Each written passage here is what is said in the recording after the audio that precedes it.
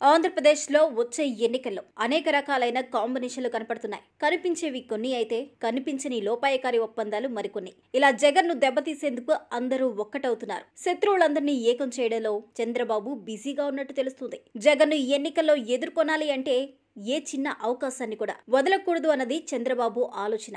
ఈ మేరకు ఆయన అడుగులు పడుతున్నాయి. అందులో ఏమాత్రం దాచుకోవడం లేదు, భయపడ్డవు లేదు. ప్రభుత్వ వ్యతిరేక ఓటును చీలకుండా చూడడంతో పాటు జగన్ ఓటు బ్యాంకుకు గండి కొట్టాలన్న ఉద్దేశంతో చంద్రబాబు పావులు కదుపుతున్నారు. తెలంగాణలో తాను చేసిన హెల్ప్ కు మరొక వైపు కాంగ్రెస్ ను కూడా బుజ్జగిస్తూ ఉన్నారు. అయితే నేరుగా కాదు, తెలంగాణలో తాను ఎన్నికల బెర నుంచి తప్పుకొని అక్కడ కాంగ్రెస్ కు సాయం చేసినందున ఇక్కడ కాంగ్రెస్ తో జగన్ ఓటు బ్యాంకుకు గండి కొట్టాలన్న ప్లాన్ లో ఉన్నారు. తెలంగాణ ఎన్నికల్లో టీడీపీ పోటీ చేయకపోవడం వల్ల అక్కడ టీడీపీ సానుభూతి పరుల ఓట్లు కాంగ్రెస్ కు వెళ్లాయి. అదే లెక్కలో ఇప్పుడు నేరుగా ఏపీలో కాంగ్రెస్ తో పొత్తు పెట్టుకోకపోయినా షర్మిలతో జగన్ ఓట్లకు గండి కొట్టించాలన్న వ్యూహంతో ఆయన ముందుకు వెళ్తున్నారని అర్థమవుతుంది. బెంగళూరు ఎయిర్పోర్ట్ లో ఈ క్రమంలోనే నిన్న చంద్రబాబు నాయుడు డీకే శివకుమార్ బెంగళూరులోని దేవనహల్లి ఎయిర్పోర్ట్ లో ఎదురుపడ్డారు. చంద్రబాబు కుప్పం వెళ్లేందుకు ఎయిర్పోర్ట్ లో దిగిన సమయంలోనే నాగపూర్ వెళ్లేందుకు డీకే శివకుమార్ కూడా అక్కడకు చేరుకున్నారు. ఆ సమయంలో చంద్రబాబు ఫ్లైట్ నుంచి దిగి రావడం చూసిన ఆయన పరుగున వచ్చి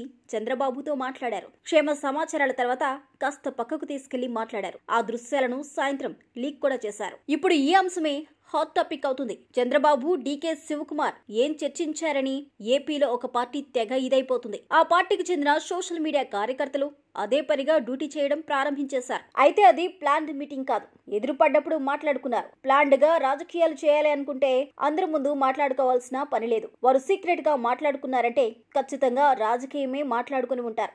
కానీ ఏం మాట్లాడుకున్నారన్నది ఎవరికీ తెలియదు. ప్రస్తుతం కాంగ్రెస్ తరపున తెలుగు రాష్ట్రాల రాజకీయాలను డీకే శివకుమార్ పరోక్షంగా ప్రభావితం చేస్తున్నారు. కర్ణాటక కాంగ్రెస్ పార్టీ చేరికల్లో ఆయన కీలక పాత్ర పోషించారు. అక్కడ కాంగ్రెస్ గెలవడంలో కీలక పాత్ర పోషించారు. ఇప్పుడు కాంగ్రెస్ పై దృష్టి పెట్టారు. గతంలో తెలంగాణలోనే రాజకీయం చేస్తానన్న షర్మిలకు నచ్చజెప్పి ఏపీలో రాజకీయాలు చేయాలని ప్రోత్సహిస్తూ ఉన్నారు. దానికి ఆమె అంగీకరించారని అంటున్నారు. ఈ క్రమంలో చంద్రబాబుతో డీకే శివకుమార్ ఏపీ రాజకీయాలపై చర్చించారన్న అభిప్రాయము వినిపిస్తుంది. అయితే డీకే శివకుమార్ చంద్రబాబు సమావేశం చూడడానికి కాకతాళీయంగానే కనిపిస్తున్నప్పటికీ వారి మధ్య ఇదే రకమైన చర్చ జరిగినట్లు సోషల్ మీడియాలో ప్రచారం జరుగుతుంది.